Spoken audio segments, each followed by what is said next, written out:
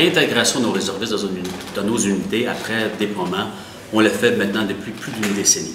Donc ça, c'est un système qui est bien encadré, bien rodé, beaucoup de ressources pour aider nos militaires pour leur réintégration.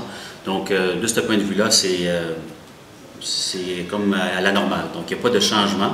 C'est certain qu'on va vivre un certain rééquilibre. Notre up-tempo a été très élevé durant les 13 dernières années en Afghanistan, comme vous le savez. Donc, c'est certain qu'on va revivre un rééquilibre. Un rééquilibre des ressources, un rééquilibre aussi de notre focus au niveau de l'entraînement, au niveau de l'instruction. Et ça fait partie du changement. C'est à nous de s'assurer de bien gérer ce changement-là, pour que ce soit un changement en douceur et non un changement précipité.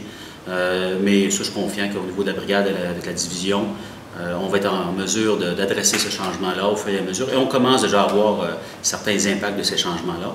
Mais je voudrais que présentement, c'est des changements qui sont très gérables.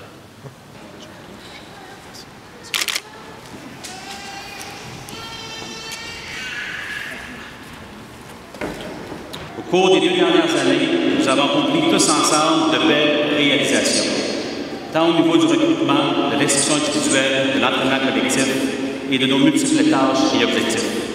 Le recrutement est un mandat difficile et d'importance. Durant les 2 dernières années, votre formation, la 34e brigade, a été la seule formation au Canada à atteindre ces objectifs de recrutement.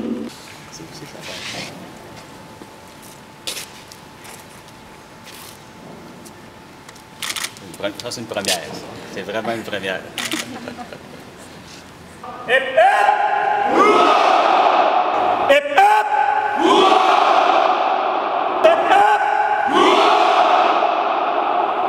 La mission en Afghanistan est terminée.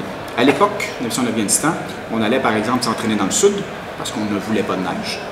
Et on faisait des opérations, principalement des opérations de contre-insurrection, qui étaient loin de la guerre classique.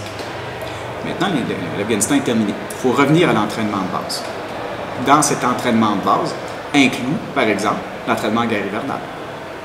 Alors, plus de raison d'aller dans le sud. Maintenant, on prend les avions, on prend nos autobus et on va en direction nord. Alors, la baie James, la 35e brigade a été ESL 8 en mars passé. Bref, on va dans le nord. On s'entraîne à des conditions très froides et on continue à revenir à la base de l'entraînement qu'on faisait avant l'Afghanistan.